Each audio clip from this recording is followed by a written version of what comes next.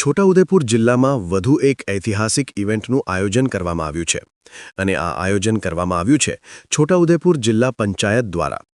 જય હિન્દ દર્શક મિત્રો, આપ જોઈ રહ્યા છો તીર સમાચાર।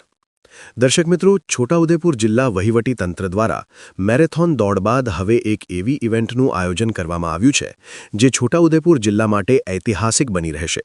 જી હા, અમે વાત કરી રહ્યા છીએ જિલ્લા પંચાયત છોટાઉદેપુર દ્વારા આયોજિત વહીવટી પાંખ ક્રિકેટ ટુર્નામેન્ટની।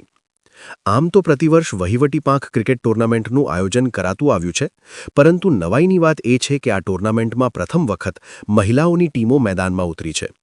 ક્રિકેટ જેવી રમત થકી શારીરિક અને માનસિક તંદુરસ્તી જળવાઈ રહે અને સાથે જિલ્લાના વિવિધ વિભાગોના અધિકારીઓ અને કર્મચારીઓનું એકબીજા સાથે સંકલન કેળવાય, ટીમ વર્ક અને નેતૃત્વના ગુણોનો વિકાસ થાય, તેવા અને ઉમદા હેતુથી છોટાઉદેપુરના ખુંટાલિયા આર્ચરી મેદાન ખાતે આ નાઇટ ટુર્નામેન્ટનું આયોજન કરવામાં આવ્યું હતું, જેનું જિલ્લા કલેક્ટર ગાર્ગી જૈને શુભારંભ કરાવ્યો છે।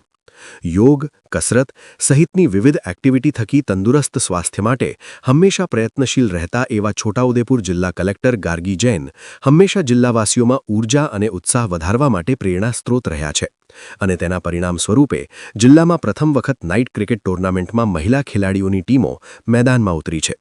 ટુર્નામેન્ટનો શુભારંભ કરાવતા કલેક્ટર ગાર્ગી જૈને તમામને શુભેચ્છાઓ પાઠવી હતી અને પોતે મેદાનમાં ઉતરી બોલિંગ અને બેટિંગ કરી સૌ ખેલાડીઓને પ્રોત્સાહિત કર્યા હતા। ટુર્નામેન્ટના શુભારંભ પ્રસંગે પ્રાયોજના વહીવટદાર આઈએએસ કલ્પેશકુમાર શર્મા, ડીસીએફ રૂપક સોલંકી, એસીએફ ફતેહસિંહ મીણા, નાયબ જિલ્લા વિકાસ અધિકારી સેજલબેન સંગાડા સહિત ક્રિકેટ પ્રેમી એવા જિલ્લા વહીવટીતંત્ર અને પોલીસ વિભાગના અધિકારીઓ અને કર્મચારીઓ ઉપસ્થિત રહ્યા હતા।